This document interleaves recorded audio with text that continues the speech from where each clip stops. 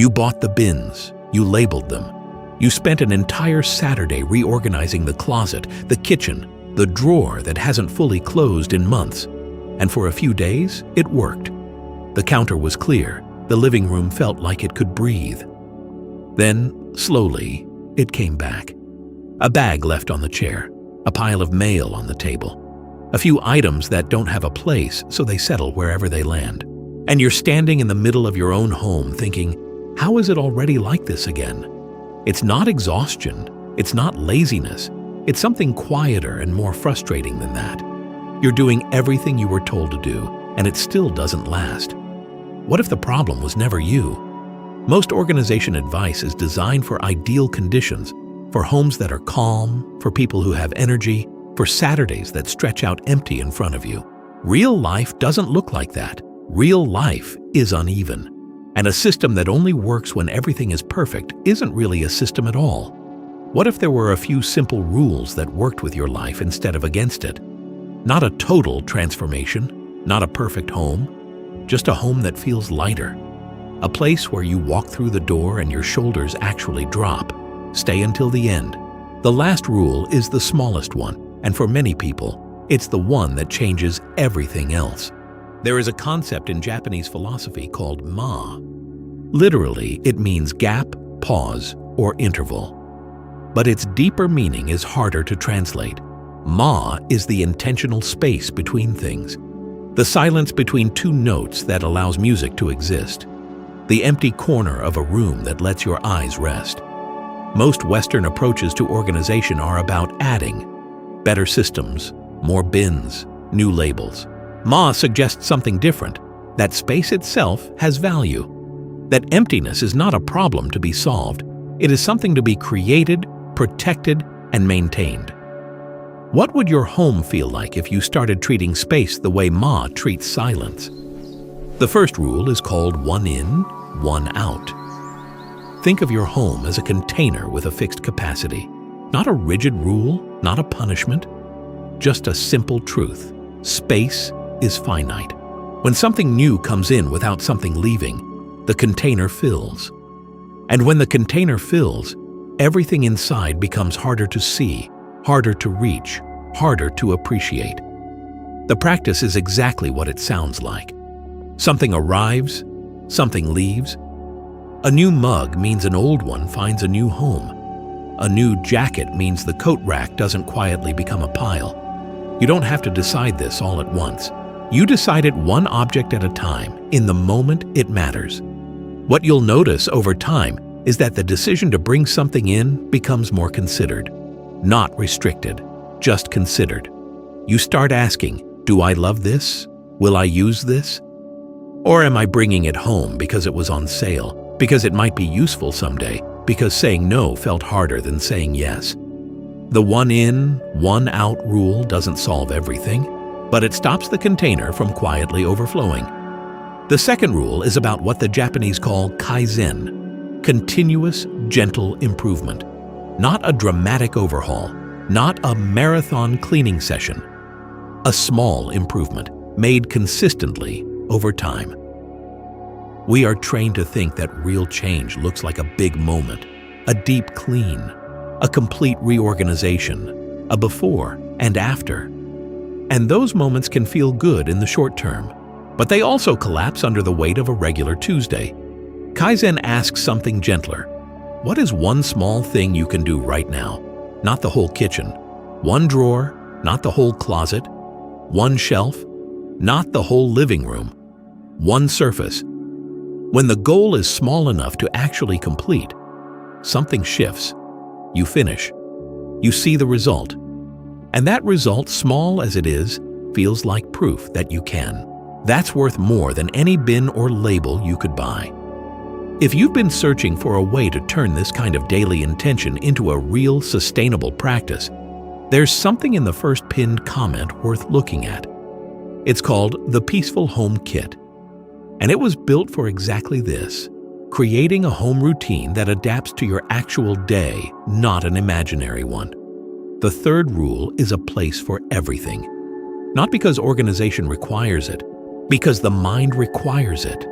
When an object doesn't have a home, it drifts. It lands on the table because the table was there. It sits on the counter because the counter was convenient. And every time you see it in the wrong place, some part of your brain registers it as unfinished business, something that needs to be dealt with. A small signal of disorder, repeated dozens of times a day. Giving every object a place removes that signal. The mug goes back to the shelf not because you're disciplined, but because there's somewhere obvious for it to go. The keys return to the hook not out of habit, but because the hook is there and it's easier than anywhere else. The question to ask when you're putting something down is simple. Does this have a home? If the answer is no, that's the real problem to solve, not the object, the absence of its place. The fourth rule is about what you keep, not what you buy. We spend a lot of time and energy looking for solutions in stores, a new organizer, a better shelf, a more efficient system. And sometimes those things help, but often they become part of the problem. One more thing to clean around. One more thing that doesn't quite fit. One more solution that makes you feel like you're making progress while the actual clutter sits behind it. The Japanese practice of danshari offers a different frame. Dan, refuse the unnecessary. Sha, discard what you no longer need. Ri, detach from the idea of possession altogether, not as an extreme philosophy. As a quiet, ongoing question, does this belong in my life right now? The Letting Go planner included in the Peaceful Home Kit was built on this exact principle. It doesn't tell you to throw things away. It helps you understand why you're keeping them, gently, without guilt, and whether those reasons still apply today. The fifth rule is one of the quietest ones. Maintain, don't restore. There is a big difference between maintaining a space and restoring it. Restoring takes hours. Maintaining takes minutes. Restoring happens after weeks of accumulation. Maintaining happens before accumulation begins. The home maintenance tracker in the Peaceful Home Kit separates tasks into daily, weekly, and monthly rhythms, not to make your life more scheduled, but to make sure nothing builds up long enough to become overwhelming. A small thing done consistently never needs to become a big thing. Think of a plant. You don't water it once deeply and then forget it for a month. You give it a small amount of water regularly and it stays alive. Your home works the same way. Small gestures made consistently prevent the exhausting cycles of deep cleaning that drain an entire weekend and leave you feeling resentful of your own space. The last rule is the simplest and possibly the most important. End each day with 10 minutes of return, not cleaning, not organizing, just returning things to where they belong. The jacket to the hook, the cup to the shelf, the bag to its place by the door. 10 minutes. That's it. What this does isn't dramatic, but it's real. You wake up to a space that already feels calm. You don't start your morning by making a mental list of everything that needs to be dealt with. You walk through your own home without your eyes starting to inventory what's wrong. It's such a small thing, and it changes the feeling of the next morning more than almost anything else. What this video has really been about isn't rules. It's the relationship between your home and how you feel inside it.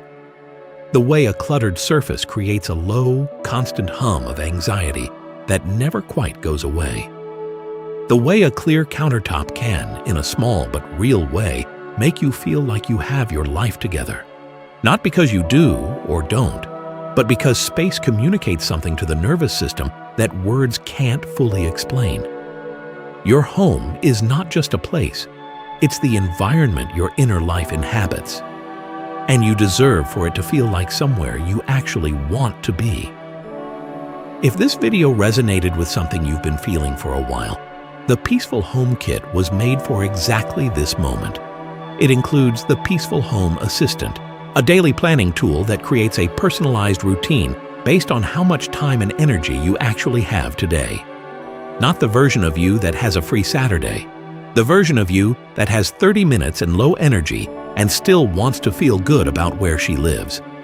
It also includes the Letting Go Planner for releasing the objects you've been keeping out of guilt or habit, the Kakebo Financial Planner to help you buy less, and appreciate more. The home maintenance tracker, so nothing quietly builds up into an emergency.